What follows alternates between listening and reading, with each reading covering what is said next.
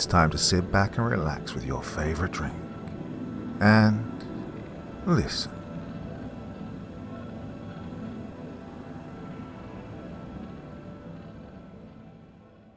Missionaries by D. Compton Ambrose. In 1988, President Reagan enacted an official U.S. space policy outlined in documents that remain classified to this day. In these documents was such a mission deemed far too terrifying to disclose to humanity. In the fall of 1989, the U.S. government launched the Space Exploration Initiative, SEI, with the intent of putting a base on the Moon and a man on Mars by 2009. The first manned mission to Mars was launched in secret in 1990. It was codenamed Aries. 14th of April 1991. Lieutenant Commander Glenn Van Allen of the ISV Aries, one of 4 astronauts aboard the dual Apollo system derivative of the Apollo spacecraft system positioned in orbit around Earth, had become an addict of his comic book collection that he'd brought along for the mission. Now, 185 days later, they'd come into visual contact with the Red Planet. Allen had spent most of his time alone, since the other crew were often doing their own thing, tending to his plants and reading his comic books. His favourite plant, a Venus flytrap that he'd named Audrey after the alien plant from Little Shop of Horrors, and his favourite comic series he opened only on special occasions happened to be Superman vs. Aliens, he himself being an avid fan of both science fiction characters. The crew consisted of astronauts Van Allen and Grissom, as well as cosmonauts Sergei Echlin and Viktor Chekhov. Echlin and Van Allen were the official pilots of the Martian module, while Chekhov and Grissom were to be the engineers for technical difficulties. It was officially April 14th, 1991, a Sunday, when they first sighted Mars. Van Allen had intended to be the first crewman awake and prepping the for deployment, but had unequivocally been bested by the commander himself, Echlin. "Good to see you up, Lieutenant Commander," the Russian drawled in his thick Slavic accent, distracted by recalibration of the communication and solar arrays. "We must continue forth with the up-to-speed alignment of trajectory systems, if we are to witness optimal landing of the Van Allen." "I've told you at least umpteen times now. Glenn is perfectly fine." "I realize this and apologize now. I have forgotten you, Grissom, and Chekhov are all very partial to my presence on this ship." Van Allen hadn't been prepared for such a scathing judgment by his superior officer. In fact, the superior officer of the entire mission. "Do what? No. You have completely misunderstood, sir. I'm sorry. I'm going to make some coffee. You want some coffee?" He didn't wait for a response. He exited the module as the Russian continued to calibrate the machinery. Back in the CSM, Allen was greeted by a groggy Grissom. "Morning, Lieutenant," she groaned. "You take it black or with sugar?" Grissom grinned. "Sugar, please." Allen rolled his eyes and poured her a cup. "We've been cramped up in this cell for too long," he said as he handed her a cup. "It's had its moments." Yeah, he responded as he disappeared back out of the module. The familiar sound of a rustling crew member prizing himself from his bunk indicated that Chekhov was joining the world of the living. "What time is it? Did I miss anything?" "Get your coffee and get your game face on. It's about that time." "About time for launch." The baritone growl of the hulking Commander Echlin bounced into the module as Chekhov took his seat behind Grissom. Echlin had a coffee bottle in his hand as he drifted over to the pilot's seat and wrapped his other around Allen's chair. Naturally, the veteran KGB officer offered only a grunt in response to the monumentally historic event unfolding before their eyes, even as Allen primed the main view window shutters to release and yield before them the multi-billion-dollar view of the Red Planet itself. Another grunt. "It's beautiful," Chekhov exclaimed. Grissom mouthed the word "wow" as she leaned forward. No more than 30 minutes later, they checked in with Moscow to confirm the habitat modules were in place and were suited up and strapping into the On that day, April 14, 1991, at 11:42 a.m., Commander Echlin, Lieutenant Glenn Van Allen, Specialist Sergei Chekhov and Sally Grissom became the first 4 human beings on another planet. 4th of January 2004. Lance popped the cork and the foam spewed and spilled from the opening. He wasn't the only one in the room doing that, as it was accompanied by at least a dozen others as the op center erupted in riotous roars of celebration and cheers. "Merrick," he chuckled. "Come on, this is time for a celebration, and put it away." Merrick Hudson was getting emotional, looking at a photograph he'd taken of his son 2 years ago. "Oh, he always liked space," he said. Lance Odom, the mission control chief, highlighted a rather obvious fact. "You're the only one in the room not celebrating. We just landed the 2nd rover on Mars in human history." His tone became a little more serious now. "You can't keep killing yourself like this, Mer." Oh, Merrick exhaled and nodded. He put the photo away and waved his fingers. "Hit me." Lance grinned. "That's the spirit." He poured him a glass of champagne and Mer drowned half the glass in under a second. "You're absolutely right. Come on. I've been there for you since middle school. It's me who got you on the team," he winked. Merrick exhaled again as Lance refilled his glass. The celebrations had started when the first photograph of the Spirit landing site had reached the giant screen dominating the entire front wall of the room. And just like that, everyone's day improved instantly. Everyone's, that is, except Merrick's. He decided he would fix that by taking liberal abandon advantage of the free alcohol being distributed about. He still loved his wife, and her distrust of him and the subsequent deterioration of their family over the past year were really beginning to take their toll on him. Lance and Merrick left early to retreat to his apartment in Orlando.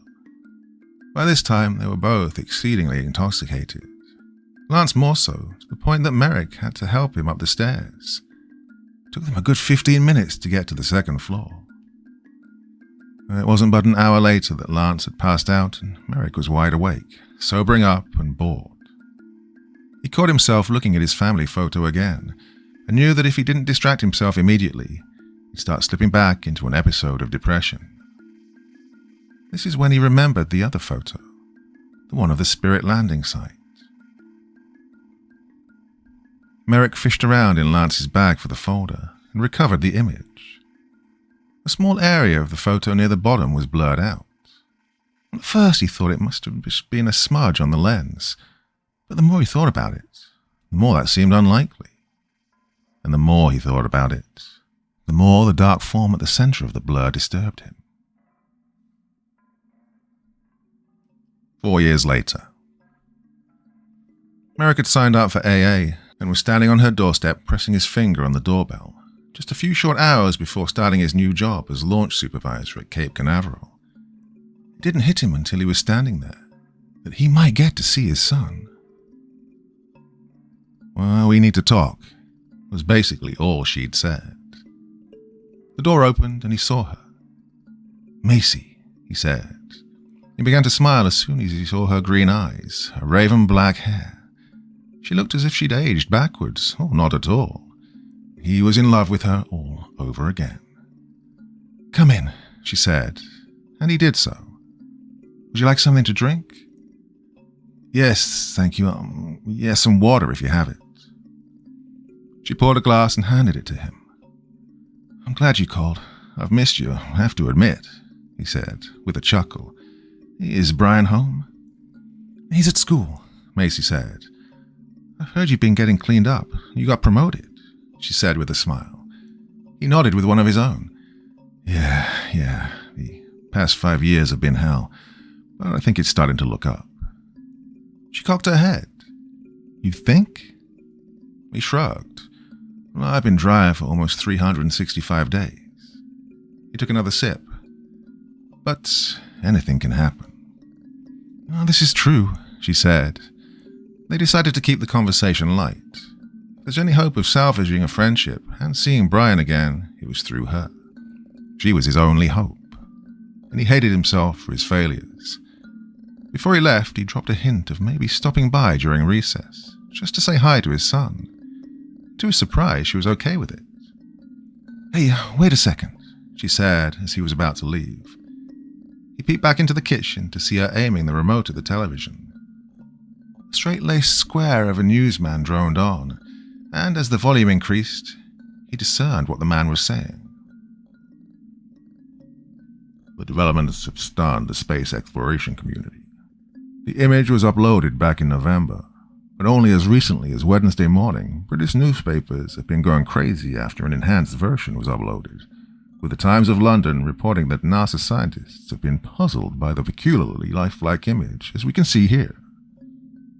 His face was replaced by a photograph of the very same spirit rover he and his team had landed on the Red Planet exactly 4 years earlier. This is the original photo, and I must caution, what you're about to see next may disturb you. And as he said this, the photo was replaced by an enhanced region of the image. Macy gasped. What the image appeared to advertise was a humanoid form crouching atop a rock, almost ape-like in appearance. Of course, many are dismissing it as either a rock formation or a hoax, but it has certainly ignited the conspiracy theorist community, giving them something to talk about other than inside jobs. Ain't that right, Jim? Merrick's phone went off, and Macy narrowed a gaze at him. What's going on?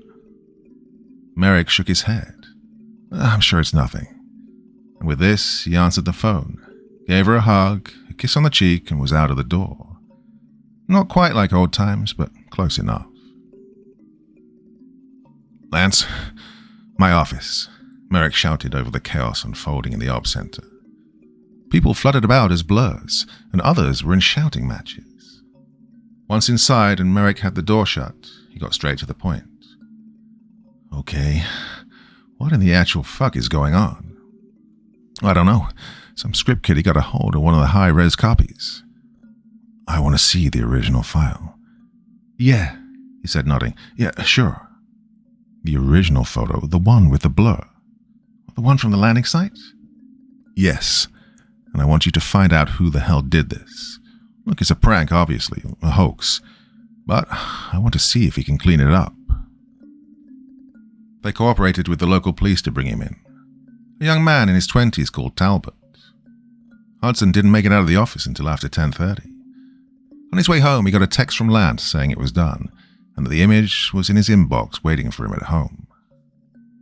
Merrick decided to call Macy before doing anything else. Once he got home, he dropped his jacket onto the couch and followed closely behind. He sank into the couch cushions and decompressed for a moment, closing his eyes and breathing deeply. And after a moment, he dialed her number. The third ring passed when the phone picked up. Daddy? Brian. Oh my God, it's been so long. How you been, bud? Oh, I'm good. I made the baseball team. Mama says you've been on a team too, flying spaceships. Yeah, he chuckled. Yeah, it's a cool job. You could fly a spaceship someday, you know. He heard voices in the background. One of them sounded like a man. Mama says I have to go. Her friend's here. I love you, Daddy. I love you, son. Bye. With that, Brian's voice was replaced by his mother's. There was a heavy, repetitive knock on the door.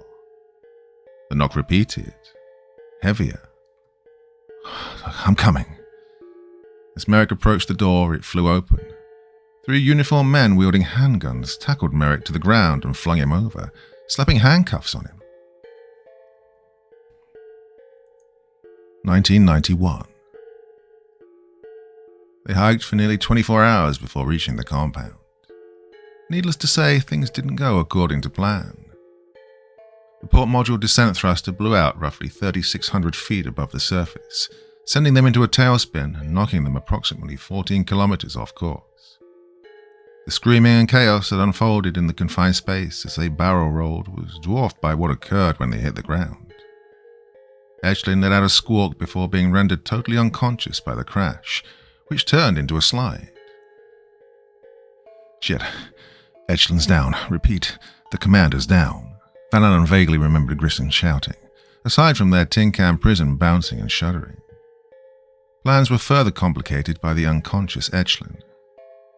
Hey, he's starting to wake up, Allen had announced halfway into their hike. Unfortunately, his hip had been dislocated, so he still needed help to move on. Once they crested the largest hill of their journey, they saw the first glint of a reflection of their new home in the distance. Yet, during their celebrations, they also came upon the realization that Edgelin's injuries were far more grave than previously anticipated. Not only was his hip dislocated, but he had a compound fracture involving a piece of bone sticking out of his flesh and causing both internal and external bleeding. It was quite clear that he was not going to make it. They collected and steeled themselves for the final stretch of the journey, collected what they could carry and vowed to return to give him a proper burial. He'd given them the information needed to get the compound running, but it proved to be exceedingly difficult. The habitat included one central module shaped like an oversized Apollo command module that housed 3 floors. The ground level consisted of 7 rooms surrounding a central hub, which led to the second floor, consisting of 3 rooms. On the top floor was an emergency escape vehicle and a subterranean chamber that served as the compound operations center. A corridor leading from the main room on the ground level subsequently led to 3 small blisters that served as life support, hydroponics, and maintenance respectively. It took them another 6 hours to get all 3 up to par. To Edgelin, Chekhov toasted once their job was done, and all 3 downed their vodka shots and got a few hours sleep. The next day they refueled their oxygen supply and set out for a survey of the Martian terrain and to retrace their steps to Edgelin's body. The land survey went according to plan. Everywhere within a 10-mile radius around the compound was recorded. What baffled the trio was that they were unable to find the body. 2008. The FBI went on for 12 hours. Questions involved were, how long have you known? What other photos are you aware of? And who else was involved? It ended with them apologizing and letting him go. The agent in question was one Raymond Parker. Agent Parker and himself ended up befriending one another after the former offered to buy him a beer. "Well, the least I could do, and offer you a little explanation after what we put you through," he'd said. "Maybe you could help us," he said after an awkward silence. It was Merrick's 3rd beer, and because his tolerance had plummeted, he was considerably hammered. "Oh, I'm sorry, Mr. Parker." He looked over his shoulder and leaned in. "This story is a threat to national security, the one about the spirit rover." It took a moment for this to register with the intoxicated Merrick Hudson. He shook his head. "I'm begging your pardon, Parker, but what?" "They wanted me to keep civilians out of this. Now, they wanted me to throw you in Gitmo. Now, listen." He leaned closer. "We're putting together a multinational team of military and government officials. Now, are you in or out?" Well, he immediately sobered up a little. "I'm in." "Hudson, Odom, this is Commander Natsha Tereshkova of the Mir 2 orbital space station," he said as they introduced one another. "I'll be acting as your mission supervisor and welcoming you to Operation Columbus. There are several things we need to review before we begin your training," she explained. Lance and Merrick exchanged expressions. "Training? What for?" "Well, perhaps I should have informed you first, but we found some interesting things on your laptop. Things we may not have been prepared for. We believe that enemies of both Russia and the United States have operatives active on the Red Planet," he said. "Washington, together with Moscow, has been monitoring these events for the past 20 years. Whether or not there was a secret manned mission to Mars committed by a major power or a private party is unclear, but as we continue our investigation, it's become quite clear to both the American and Russian governments that there is human activity on Mars." Stunned silence enveloped the room. "And you, want us to help you with this, I presume?" Lance inquired. The agent nodded. "Precisely. We're going to run you through what we call the Gauntlet in Star City, Russia. There you'll be trained in flight, engineering, astronomy, and, most importantly, extended isolation. Do you have any questions?" 1991. The trio spent alternating shifts for the next few days monitoring the terrain and anomalies. On April the 21st, the end of their first week on Mars, the trio gathered for a meeting in the recreation and dining hall on the first floor to discuss their findings. So, we sure that we didn't just go to the wrong place? Grissom inquired, referring to Etchlin's body. Chekhov shrugged. I do not know. I mean, it is certainly possible, but my notes suggest that there are significant anomalies occurring with regard to terrain surrounding the outpost since our arrival, he explained, handing her the clipboard. What I've noticed, Van Allen began, while Grissom went over the cosmonaut's notes, is that some terrain seemed disturbed around the area when I went out yesterday. I would have collected samples for the study, but I realized that would have been irrelevant because, well, I'd only be further disturbing the surface layer if I did. Grissom sighed as she handed Chekhov the clipboard. Maybe we're just being paranoid and over-emotional since we were so close to him. I mean, she shrugged. Maybe we just lost him. I mean, this is an alien planet that nobody's ever been to. It's different from discovering a lost island or something on Earth. This is an alien planet, she said. But they were inevitably drawn back to the events of April 14th, as they would find that the red planet would continue to remind them that nothing was as it seemed. On a hunch, Glenn decided to return to the site he'd been previously at 2 days ago. It was at the bottom of a large dune, and, despite what they concurred in the meeting, Alan still felt as though something was off about the area there. His heart nearly leaped into his chest when he realized that some rocks had been moved. He distinctly remembered a mid-sized boulder about the size of his head lying amid a cluster of smaller rocks and pebbles approximately 10 feet diagonally from his current location, which was now absent. Glenn took a photo with his compact camera to compare to the previous image and began his trek back to Aries 1. Back at the compound, Glenn entered the operations blister and uploaded the photograph. Just as he feared, the photos did not match up and indicated a disturbance.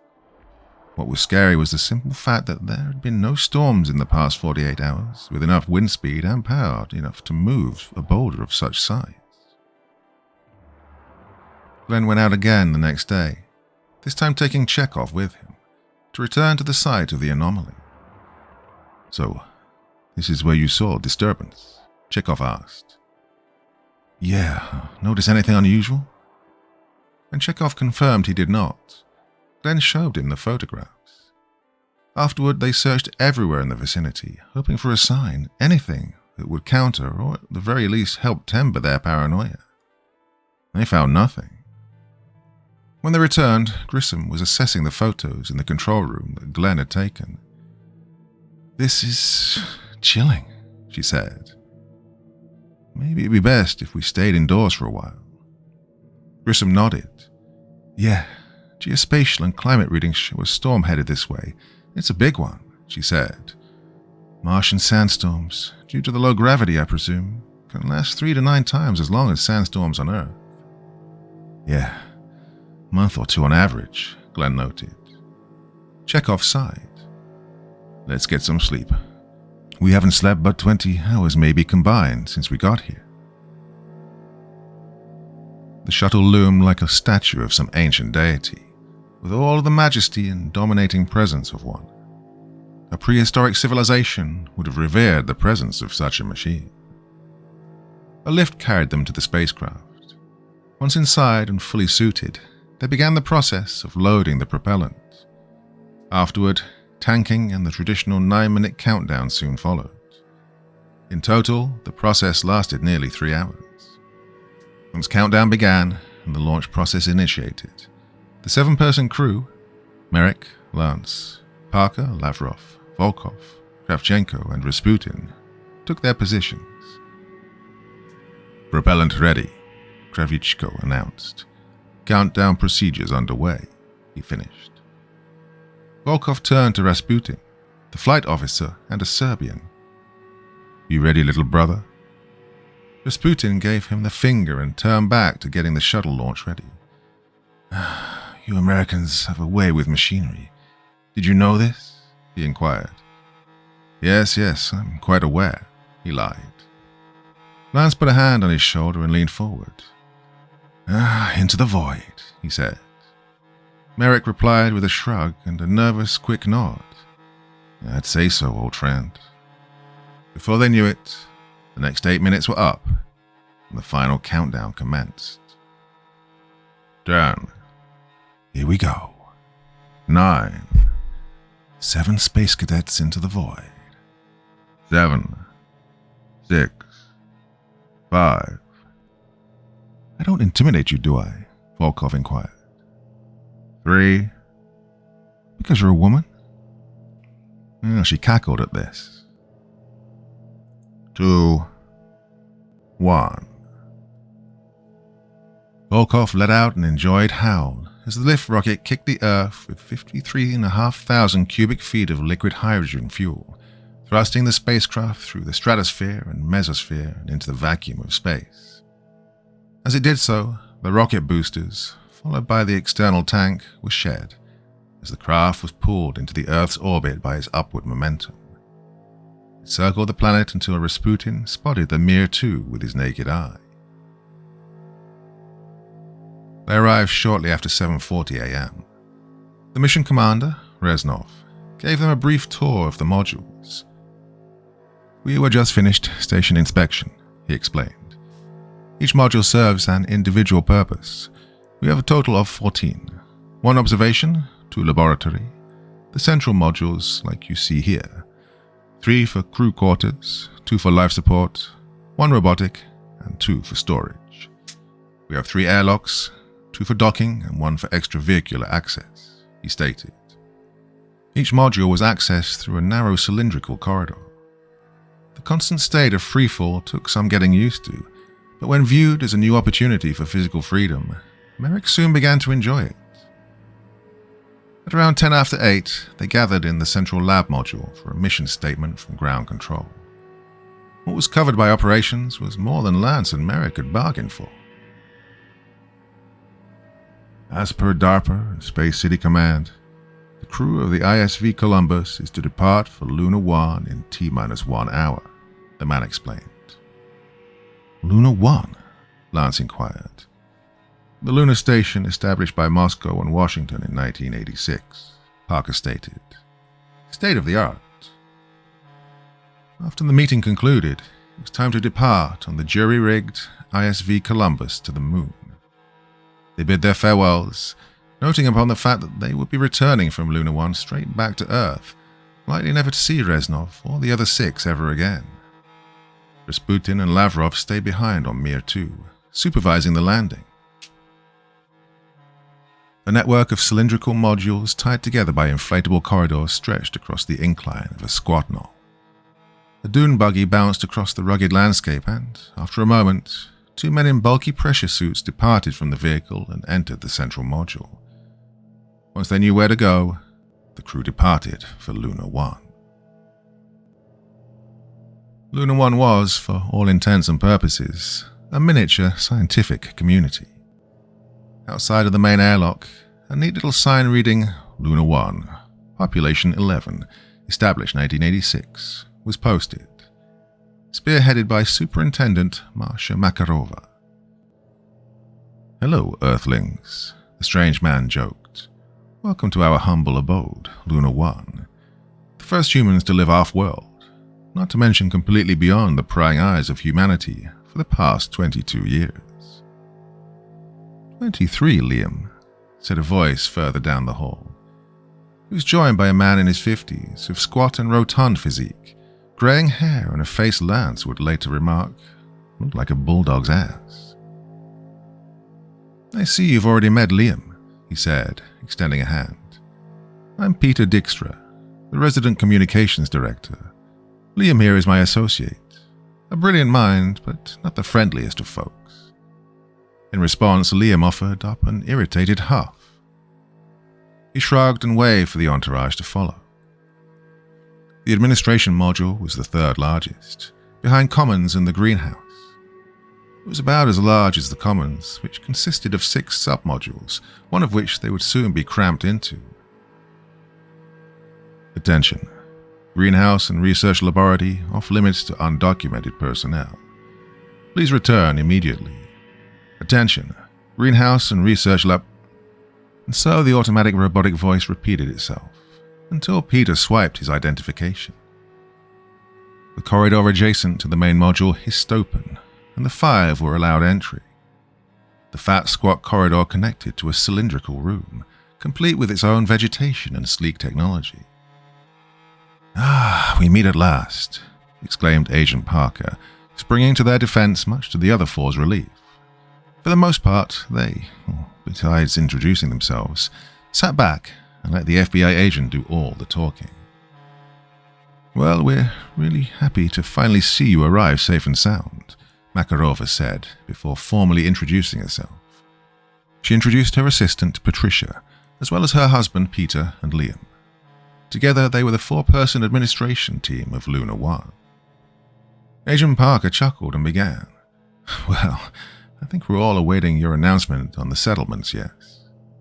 She nodded and waved toward Liam, who began work on several control panels and instruments. A screen thereafter illuminated the back wall of the spherical chamber. "This is Deutschland Tianjin, the complex established a mere month before the Aries 1 mission," Patty announced. At one point, there were 6 operatives aboard, working for both Germany and the People's Republic of China. They recently went missing. Lance and Merrick exchanged glances, and the latter exchanged one with Volkov and Kravchiko. "Tomorrow, we want you 4 to examine the samples we picked up in the last 48 hours. After examining this, we hope to come closer to a conclusion as to what exactly happened down there." Marcia nodded to Paddy and Peter, who showed them to their quarters. "Get some sleep," he said. "When you wake up, you're immediately at the workplace, and sleep is a cherished commodity in these parts, comrades." He winked and sealed the door. That night, Merrick caught Lance looking at photos, which he revealed to be his estranged family. "That's my brother, my ex-wife, and I," he revealed, pointing toward a chubbier version of himself and a tall, elegant blonde with accentuated curves. "Looks like we both have woman problems," Merrick said with a chuckle. "Hey, have any kids?" "No, thank God." They laughed and continued to joke into the night. Merrick shared his stories about Brian, how they'd always take a father-son trip down to Miami Beach one day out of the month. He described his son's first visit to the beach, his first time seeing the Atlantic Ocean. The awe that had encapsulated Brian's face stuck with Merrick all of those years. Eventually, Lance had told him to shut up and rolled over to go to sleep. Merrick stayed awake for another hour or so, staring at Lance's family photo, envying the happiness eternally present within that frame. He'd fallen asleep holding it tightly, but he would never know this, for when Kravchiko and Volkov awoke, they would not recognize their waking nightmare as the room they'd fallen asleep in. The storm lasted longer than they'd predicted. Chekhov estimated it would stretch over a roughly 2.5-month period, but it ended up lasting for 6 months. The trio had begun to lose track of time. They no longer knew what day it was, or let alone how many days they'd been on Mars. This had begun to weigh on their psyches, as Glenn would discover when he and Grissom were alone in the kitchen making sandwiches. She'd been discussing with them her family and older siblings growing up, when she abruptly stopped talking. "You said he was stealing your dolls and cutting off their hair," Glenn said as he swiped the mayonnaise-sodden knife across the thin layer of peanut butter. Another moment went by as she finished the sandwiches in silence. Glenn turned to see Sally Grissom staring at a non-particular point in the room, her eyes wild. "Sally?" She remained unmoved. "Sally?" He left the sandwiches and approached her, grabbing her by the shoulders. Still, she remained fixated on outer space. "Sally? Sally?" He shook her slightly, and then violently. "Sally!" Chekhov descended the ladder into the main commons at the behest of such commotion. "Hey, what's going on?" I don't know. It's Sally. She stopped moving. Why stop moving? She inquired suddenly, snapping out of it. Yeah, you were staring at the wall. Your eyes were shaking in their sockets, but nothing else was moving. She cocked her head. I do remember the room shaking, but I didn't realize I'd stopped talking. I heard myself talking. I was asking why the room was shaking. Her expression was one of deep suspicion. Such a strange place, don't you think? Alan and Chekhov exchanged glances. We need to find out when this storm will be over. We need to get outside of this complex, Chekhov stated, even if it's back into the inhospitable Martian atmosphere. We're all going a little crazy. You mean you've experienced this too? Chekhov did not answer Grissom. He returned to the upper levels without a word more. Well, this didn't cut it for Alan. He decided to pursue further. The truth, to him, was all that mattered.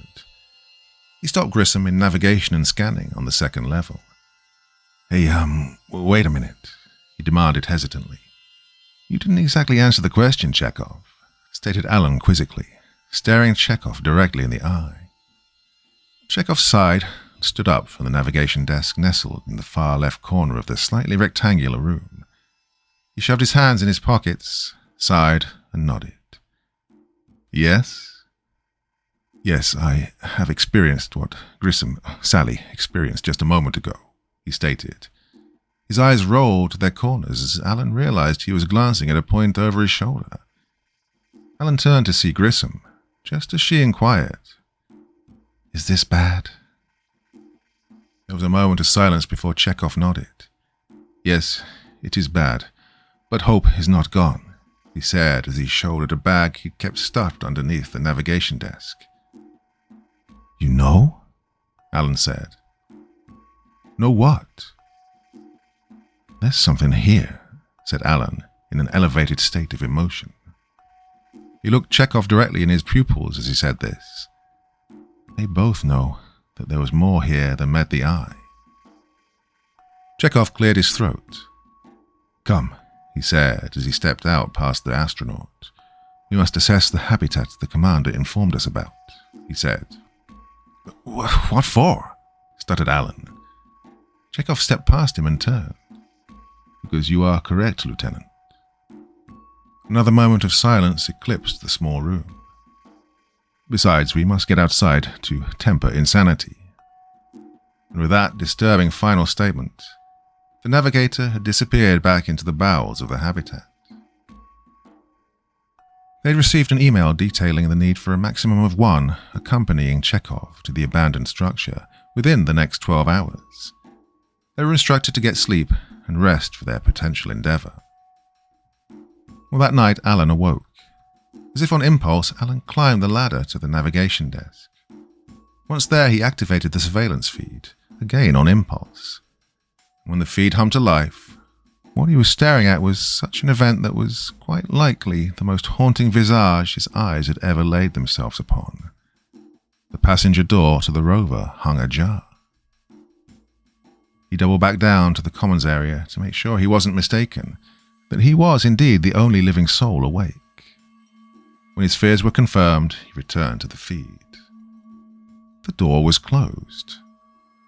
What the Before his sentence of fright could be completed, he heard a deafening crash in the next room, the toilet.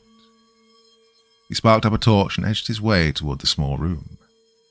A thin trickle of light emitted from the chamber, as if there was some sort of light source. Van Allen braced himself, approached the door and flung it open. He was immediately tackled to the ground by an unseen force. There was a man, easily his own size, grappling in fear and hysteria, begging for help. Oh my God! Help!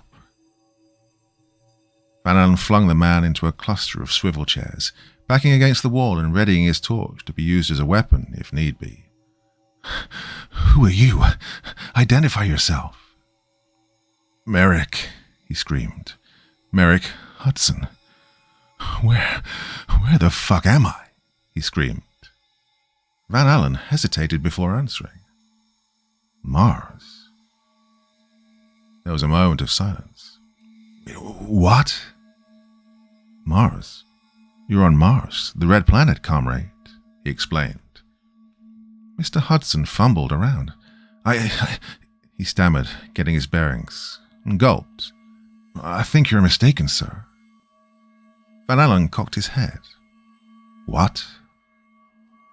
Suddenly there was a beam of light spilling out from the opening leading to the commons below.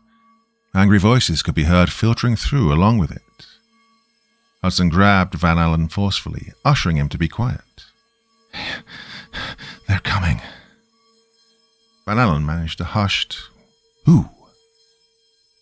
Hudson wrenched the struggling Van Allen into the toilet and slammed the door, locking it tightly. The blood-red light filtered into the room, spilling beneath the crack of the door. A few moments later, there was a pained screaming, followed by a crash and striking against the walls and chairs. They remained in the confined space for a few minutes longer, before Hudson relinquished his grasp. Van Allen furiously flailed back into the room, now illuminated by the overhead lighting. He then began to scream. Blood streaked the walls. Gore was piled in lumps in various areas around the room. What appeared to be the remains of a body peppered the floors and ceiling, strewn about in a mad thrashing. "Down the ladder now," Hudson ordered. Van Allen did not stop to ask. He immediately began to descend back down into the main chamber of the commons one level down, with Hudson immediately in tow. He neared the bottom, and he heard a pained gasp, but the duo were too late. As they reached the bottom, within the blink of an eye, the beat of a heart, Van Allen was strapped to the chair in the center of the room. A man in white lab coat surrounded him, and after screaming his throat sore for what seemed to be half an hour, at last the largest of the scientist trio spoke up. "I believe you're wondering what is happening right now," he stated. Let me go. Let me go right now. What the fuck just happened?" The man ignored him and produced a syringe. As the doctor turned into the light and he got a better look at his face, he realized it was none other than Lance Odom. He smiled and said, "The timekeepers are here."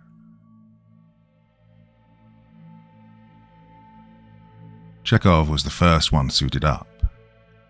They decided upon Van Allen and Chekhov going out while Grissom remained behind to monitor their progress and environment. "So, we believe the terrain anomalies are occurring from beyond the northeastern ridgeline," she said as a refresher. "You sure you two are okay doing this?" Chekhov fastened his helmet. "We're sure. Ready the airlock from operations," he stated. She nodded and shook his hand before giving Van Allen a bear hug. "Be safe," she said, before disappearing up the ladder. They stood before the hatch before it began to hiss open, and the duo then stepped through. After roughly 5 minutes of pressurization, they were outside in the elements of the red planet. "I read you, Chekhov. You there, Glenn?" "Read you loud and clear," he stated. Throughout their journey, the terrain anomalies indicated a human disturbance of the environment as they journeyed further into the Martian wilderness. Eventually, they began to see things. Chekhov heard pebbles and rocks crackling, and he whirled around just in time to see a large, dark form dart quickly behind a geological formation. "I'm picking up your camera feed. I saw it too," Grissom said over the comm. This sent chills down Glenn's spine, because he also saw movement. "We are not alone here," Chekhov said. They continued their trek through rocky outcrops and valleys for roughly 2 hours, after descending into the valley on the opposite side of the ridgeline. After ascending through another valley and incline, they saw it, the abandoned habitat. "There it is," said Chekhov. "Deutschland Tianjin 2. Eshlin said it had been prepared for over a decade, but was never used. And with that, they descended the incline. The mountain range towered over the horizon, and the faint silhouette of Olympus Mons could be seen in the distance. Deutschland Tianjin 2 was a small complex of a few modules interconnected by various inflatable corridors. As they drew closer, the The duo was informed of movement on the complex's eastern periphery. "Yeah, I see them," said Van Allen. "Don't let them get into the habitat," she said. They made sure to be stealthy in their entrance into the structure. Once inside, they read an absence of oxygen and pressurization. After progressing through the subsystems modules and doubling back into the first of 4 inflatable living modules, they discovered their first dead body. "My God," noted Chekhov, referring to the corpse's mutilation, as if it had been torn apart from the inside out. The arms, torso, and esophagus looked as if something had ripped out of it. "This doesn't appear to be a natural injury," Chekhov noted. They spied another dead body in the library, also in the same condition as the first. "What the hell is going on here?" inquired Allen. Chekhov then unzipped a bag he'd been carrying with him, brandishing an AK-47 assault rifle. "This is self-mutilation." "What the hell?" "Oh, just in case of emergency," he stated, yanking the lever back. Not soon after this, they began to hear banging and scraping noises outside of the complex. The noises intensified, and for another few seconds they were left hanging by Grissom. And then the noises stopped, abruptly. For a moment, Allen was relieved, but it was only for a moment. Then Allen realized the crushing silence was even worse than the incessant scratching and sounds of warping steel under the blows of something large and impossibly powerful. And now, there was a maddening quiet. It only lasted for a few moments more before it was once again interrupted. This time, to their relief, it was Grissom over the comm. "Get out of there." Chekhov and Van Allen exchanged glances and nodded. A few moments later, they stood in the airlock. But they did not follow procedure. They immediately went EVA. "The storm's back," commented Van Allen. "Yeah, I got that much." As they passed beyond the outer perimeter of the habitat, they began to notice dark silhouettes lurching their way toward them. "Come on, go." Their steady stride broke into a sprint. They lurched their way through the howling winds and G-force currents ripping across the jagged landscape. After an hour of trudging, not only did Van Allen realize he was going the wrong way, he realized he was alone. Chekhov tripped and fell into a ravine, but the sound of the squall, reaching its end, was nevertheless unhelpful to the prospect of Van Allen hearing him do so. Chekhov had rolled his ankle, delivering shooting agony through his nervous system. Chekhov would have screamed for help, but whatever was out there, whatever had made those noises, was sure to hear him just as well. Although the storm had passed and the blue skies of Sol had returned to the god of war, it did not imbue him with newfound healing abilities.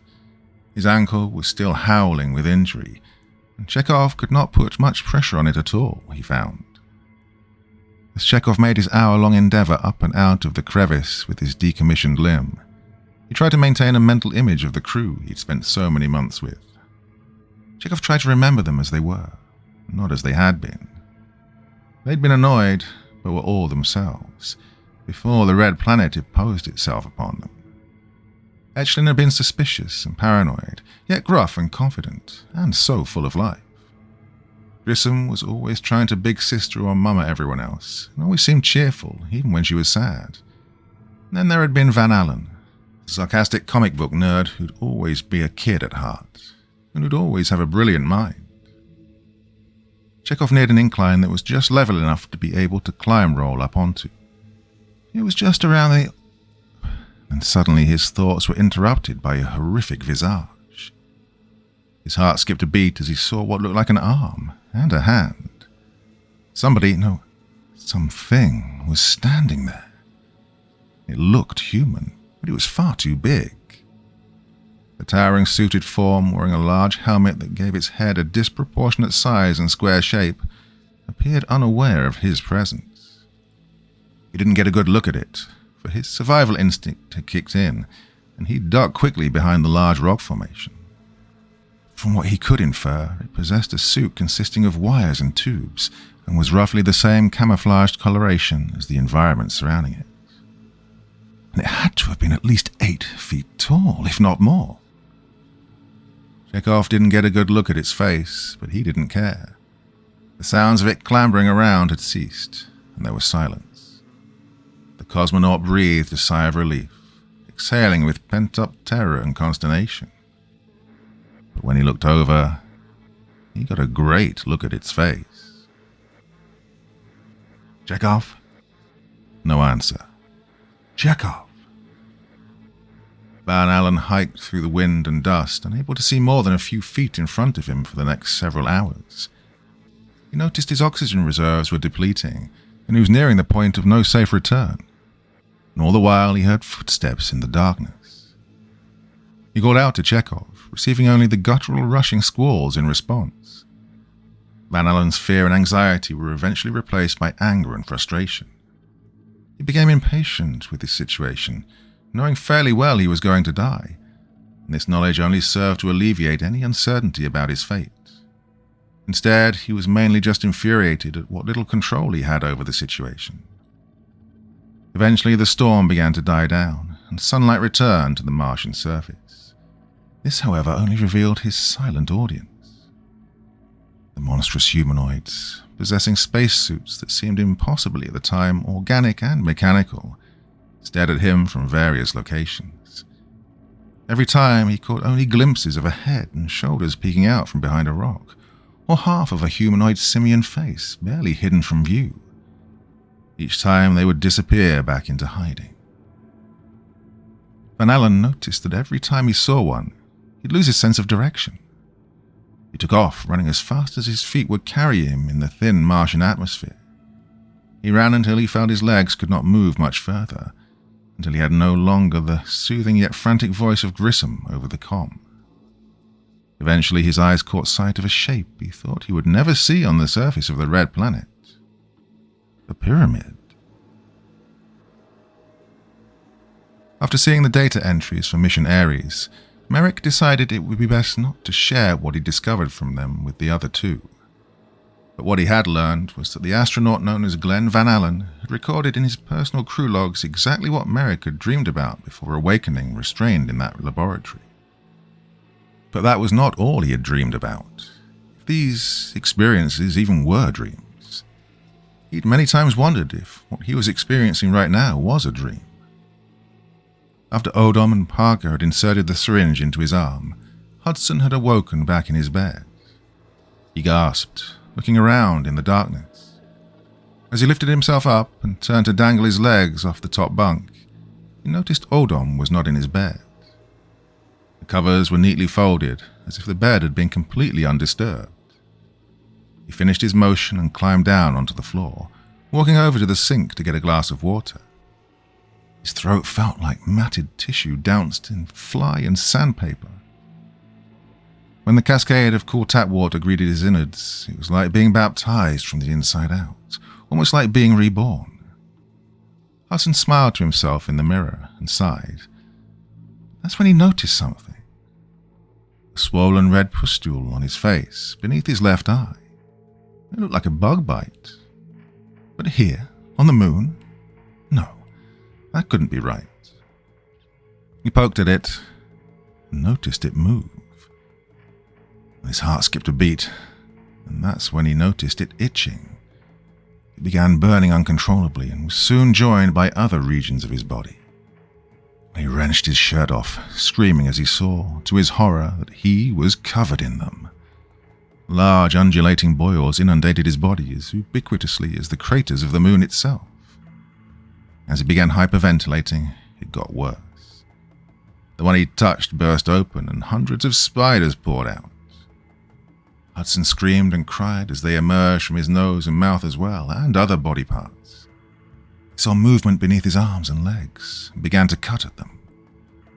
Hudson broke the knife off inside of him when he got to his shoulder, and then proceeded to dig into his flesh to scoop them out manually, and then claw his eyes out until dark ribbons cascaded in spider-ridden waterfalls of blood down his face. Hudson was awoken by a frantic Kravitchko. "We must go, now." Hudson reached down and grabbed at his skin and face. "Hey, do I have anything on my—" Kravitchko frowned. "What?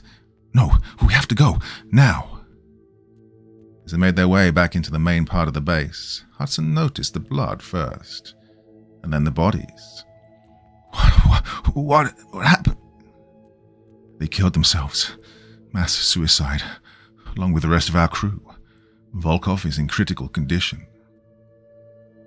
Another moment of silence dripped by as they made their way down to engineering. "Besides that, I don't know. But whatever is causing this, it doesn't seem to reach down here," he said. "What? Why? How?" "I think it only affects planetoid surface," he said, climbing down the ladder. "Come on. Do you want to die?" They made their way into the bowels of the facility, ducking behind and around low-hanging pipes and machinery. They eventually came to Volkov, who was lying with her back against the wall, her legs splayed out in front of her. She appeared deathly ill and seemed to be holding her stomach. "She is very ill," he said, after a few minutes attempting to give her water. Volkov responded by throwing up not only what she had ingested, but also a horrific black, viscous fluid. She did this for an extremely prolonged 5 minutes, continuing to force up the liquid until she collapsed once more on the ground. When Hudson saw it, he began to panic. "Kravitchko?" he managed to force out. The cosmonaut looked up at him, jabbing a trembling finger at the black pool next to Volkov's head. In it were hundreds, perhaps thousands, of squirming, worm-like forms. They almost looked like alien embryos from the infamous sci-fi horror series. Before Kravitchko could respond, a large centipede-like animal, roughly the size of his head, leapt from the shadows and dove right at Hudson's face. The creature tore at his head, scraping his face and taking large chunks out of his scalp with its long nails. Just as Merrick managed to muster enough strength and momentum to grab the flailing animal with his hands and sling it against the wall, Hudson blacked out. The scene that Hudson awoke to was less than welcoming. Volkov's body lay slumped against the generator, her insides torn out. Dry blood caked hers and Kravitchko's fingernails, the latter laying lifeless against the far wall with his eyes torn out. Coagulated brown blood clung to his face like the tears of a hellspawn, and as Hudson stood up, he realized something terrifying. He was alone. The pyramid was made of polished black mineral that reflected Glenn's silhouette like a dark mirror. The wide corridor led to a room that resembled the shape of the pyramid in which it was situated. In the center of the room was a miniature of the structure in which he resided, pulsating with a dark blue glow. A figure stirred in the shadows, emerging to reveal itself as a man who appeared identical to the late Sergei Etchlin. Glenn blinked once, he blinked twice. The visage before him, however, did not vanish. Etchlin stood before him, his arms wide. "Do you realize what is happening yet, Hudson?" That name, Hudson. He knew it, but couldn't place the origin of his knowledge. "What do you mean? My name is Glenn Van Allen." He smiled and shook his head. No, my dear friend," he said. "That is the name of one of my crew, one of his crew," he said. "Glenn Van Allen, Viktor Chekhov, and Sergei Etchlin are dead." Glenn cocked his head. "What? I'm not dead." No, not you, Hudson. Glenn." Well, Glenn shook his head now, rubbing his temples. "So, what you're saying is, I'm not who I think I am?" He continued to smile. "No, and I'm not who you think I am, either." Glenn tried blinking away the apparition, once more to no avail. The man then motioned to his surroundings. The dark chamber was caked in thick vines and leaves, like that of an earthling plant, but it was pulsating. Meet the timekeepers, the clockwork elves, the manifold imps, as we are sometimes called. But no human being knows that timekeeper is simply a mistranslated version of the title Yakizikzeker.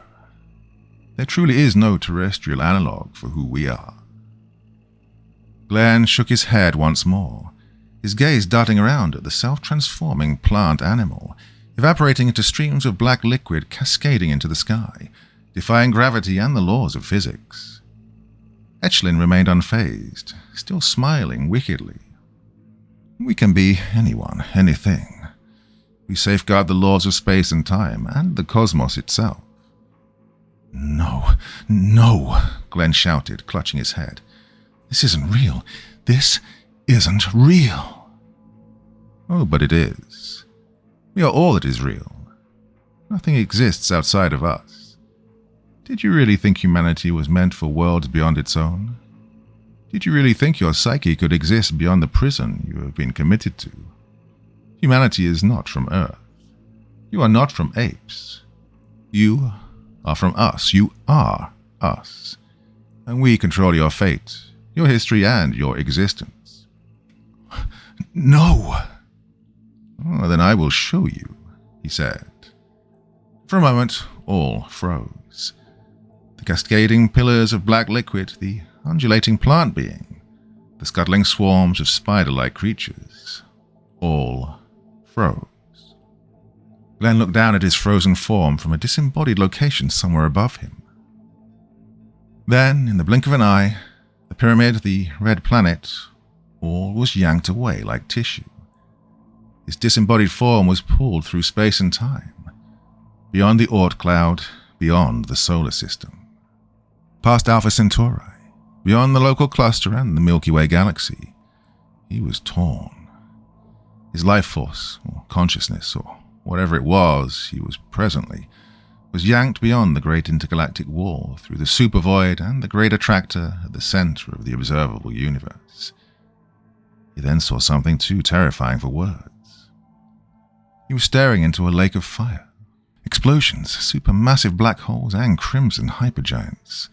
And it all congregated into an environment where a beast of unimaginable size and power looked at him. He looked directly into his being. A living eternity, a breathing void. And it was hungry. Macy slapped Commander Dawson in a fit of blind emotion. What do you mean you've got everything under control? You don't have anything under control. You're a bunch of children who want to play space pirates, she yelled. Brian was on the verge of tears once again at the prospect that he might never see his father again. We're doing everything we can to re-establish contact with the station, and how about you tell me the goddamn truth, Dawson? A moment of silence befell the room. Brian clutched at his mother. The commander sighed. To be, completely honest, ma'am, we don't know what the hell is going on. Macy shook her head in disgust, wearing a grimace. God, I should have known. I really should have known. Grissom had lost track of time. She knew it had to have been at least a year, or 2, or 5, but this was secondary. She'd managed to keep Van Allen's plants, including the Audrey, alive by rationing her water supply. The hydroelectric generator managed to be converted into a collection drive from the air. She didn't remember how she'd done it, but Grissom had at some point in the distant past managed to jury-rig the external atmospheric conversion systems into a sustainable framework. And now it was just a matter of endurance. This was no longer a race to get to Mars as soon as possible. It was how long she could survive until she found a way back to Earth. This is taking too long, complained Odom, darting back and forth between computer monitors and the comatose Merrick Hudson. How long until he wakes up and gives us what we need to know? Shouted Odom, glaring angrily at Parker. We don't get it until the silicate microbe successfully utilizes neurotransmitters to combine with the dimethyltryptamine we injected into his arm and spinal column. We're so close to finding the meaning of life, and meeting the real God, my friend. We just have to wait a little long. Oh, I'm done waiting, Hudson screamed, getting in Parker's face. "I've been dealing with this split fucking personality for years," he said, recalling his struggles with alcohol. The voice in his head, Odom, coaxing him into having some more alcohol. "Just one more drop," he'd coo. He could feel himself trembling with rage. "Do you know what it's like to have to deal with that?" Parker sighed. "You're missing the point. The simple fact that this Odom, this person inside of you, could know all of these things. Oh my fucking god. Just because I read the files about the Mars mission during one of my episodes does not mean there are damn Martians trying to brainwash us. What makes you get aliens are invading? From one of my crew members has a severe mental illness, so maybe if I dose him with some fucking DMT, he'll start speaking in tongues. No. You know what? Fuck you. This shit is just pissing me off because I'm starting to see everything in freaking fractals." Hudson then wrenched and peeled the computer monitor from the wall. The scientists were hysterical, pleading with Parker to stop him. "Okay, it's clear you're becoming a problem. Makarova, Liam, restrain him." The colonists moved in on him, and Hudson responded by knocking Liam out and kicking Makarova to the floor. Peter and Patricia grabbed him from behind. "I tried letting you walk around and be free," he said, readying another syringe. "It's clear I'm going to have to give you another dose." While Pat and Peter held him down, Makarova strapped a face mask around his head while Liam plugged his ears. "Perhaps if we increase the dosage and deprive you of all your major senses, we can get a better read of where your mind is going." Parker then approached the restrained man and held out his arm. But as they did so, as Hudson felt his consciousness yanked from his body and spiraled through the cosmos and infinity, what felt like decades had only been seconds. Hudson was hoisted into the air by an invisible force, and the 5 people around him tossed aside like bowling pins. A bellowing sound that could be felt as much as heard erupted from him like a foghorn. Liam, Parker, and Patricia covered their ears, while Peter and Makarova could only look on in awe. Their eyes, ears, and nostrils began to trickle blood, and soon a thin rivulet began to drip from their mouths. Their heads caved in, and soon the survivors, Liam and Pat, were convulsing on the ground as if in a seizure. Hudson then dropped to the ground. When his feet touched back down, Parker realized it wasn't Hudson anymore. His eyes were rolled into the back of his skull, displaying only white. A thick black fluid dripped from his jaw like tar. He approached Parker, who felt a pull upon his jacket collar. Parker was forced to stand up. Hudson looked at Parker with dead, empty eyes and cocked his head. "Do you know what happens when you meddle with things beyond you in every way?" Parker didn't answer. "You have no idea how insignificant you are. We are the Yakizikzekers. Humanity is obsolete." Hudson snapped his hand into a fist, and Parker's head caved in.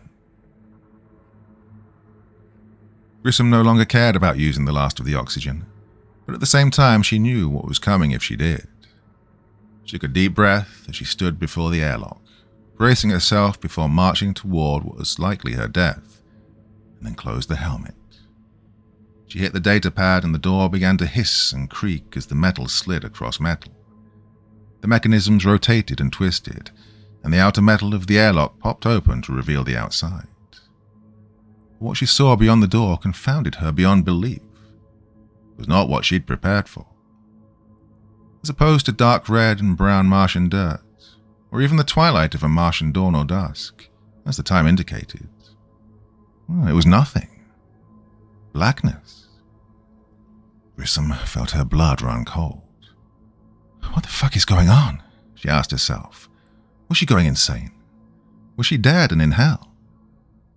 A spark of electricity briefly illuminated the environment before her. She was in a base of some sort.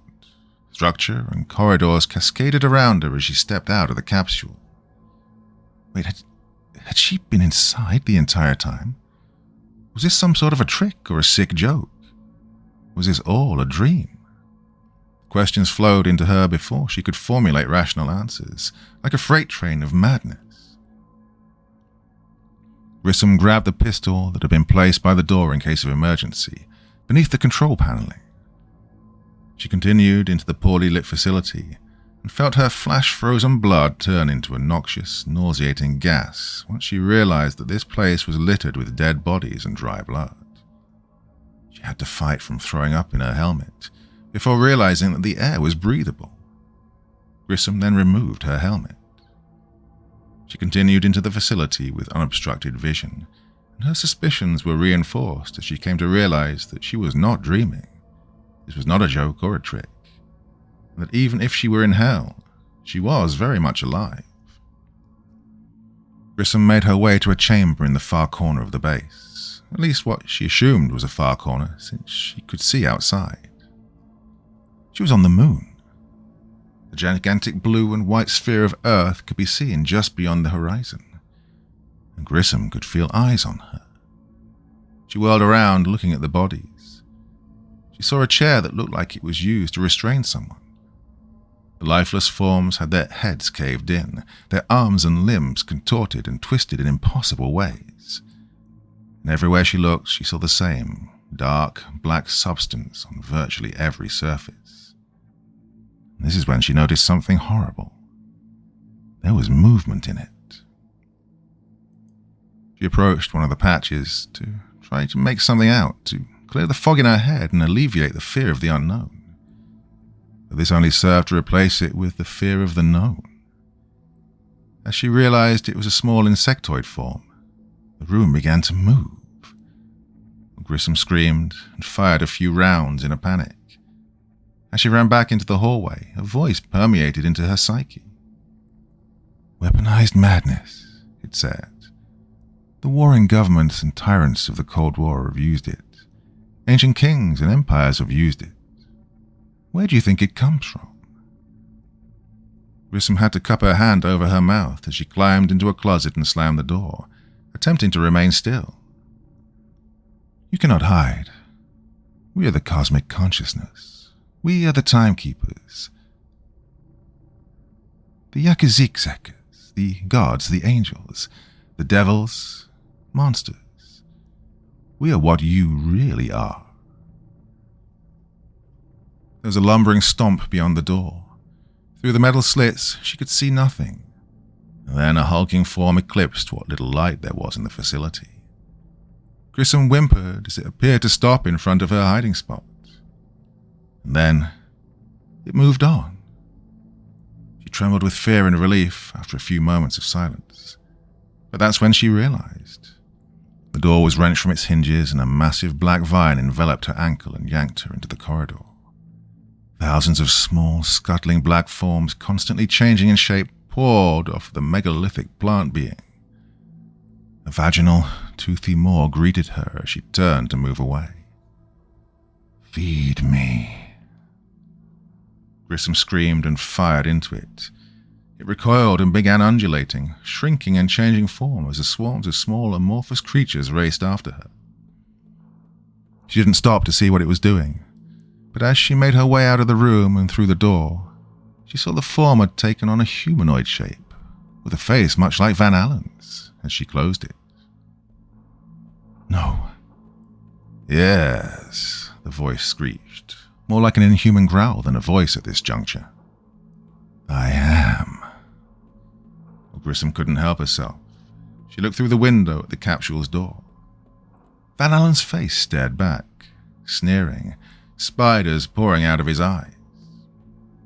Grissom screamed and ran to the control room, getting the pod ready for launch. She returned to the loading bay. She saw, standing inside the door, was Van Allen. Grissom ran at him, screaming as she fired her weapon, not caring if she damaged the base. She was leaving, after all.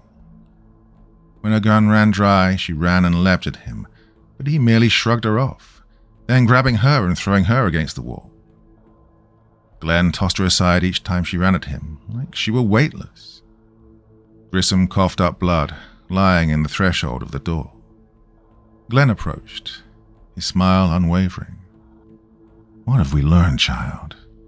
When you gaze into the abyss stares back." He then did something horrifying.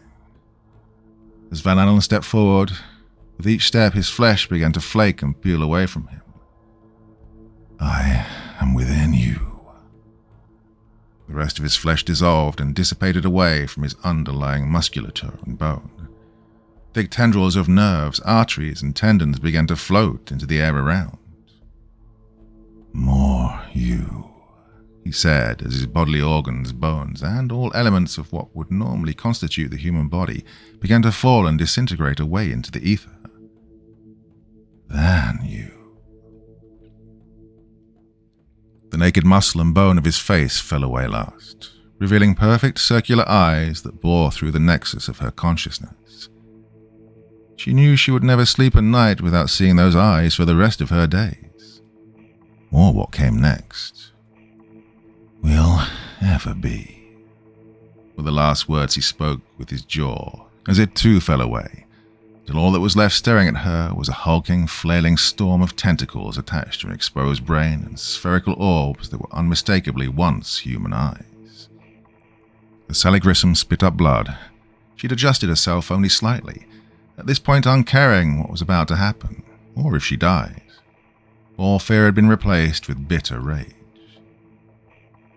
"You know what I say to that?" she asked through a mouthful of what might as well have been her fury in liquid form. Not waiting for an answer, she activated the door as the creature slithered into the threshold, decapitating it and erecting a middle finger. The capsule launched, and 30 minutes later, the horizon of the Earth's moon was rocketing away from her into the distance. 16 years and 185 days had passed, and as the module rocketed toward Earth, Sally Grissom reopened the final log in the mission report. Date unknown. Lunar 1 and Aries mission complete. Survivors 1. This is Salvia Grissom. I've eliminated the voices. They wanted me to kill the Deutschland Tianjin team. Translation of the transmission may have come too late, however. I believe I may have killed them all. Nevertheless, the organism has been dealt with. Martian presence active. Salvia Jane Grissom.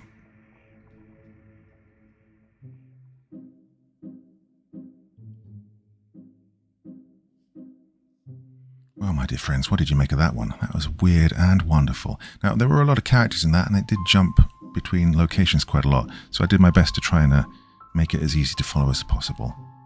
But I understand if it wasn't always that clear. I really enjoyed that. It was something very, very different from what I would normally read.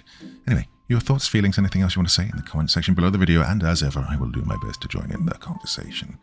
Well, it's crazy hot here at the moment, in the mid-30 degrees Celsius, and yeah, I do my recording in a little room upstairs in my house, a little office where I soundproof everything.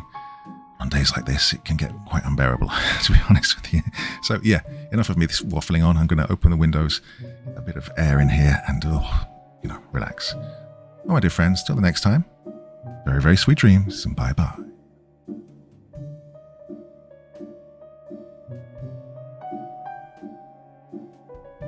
Thank you so much for taking the time to listen to this story today. It really means a lot to me and to the author of the story, of course. Well, if you want to know more about me, I'm pretty much everywhere on social media. You can find me on Facebook, Twitter, Instagram. You can download my music on SoundCloud. I've got a Patreon if you feel like. Throw me $1 or $2. Very much appreciated. And of course, on Reddit, I have a place where you can leave stories if you want me to read one that you've written. Well, hoping to see you all again very soon. Till then, sweet dreams, and bye-bye.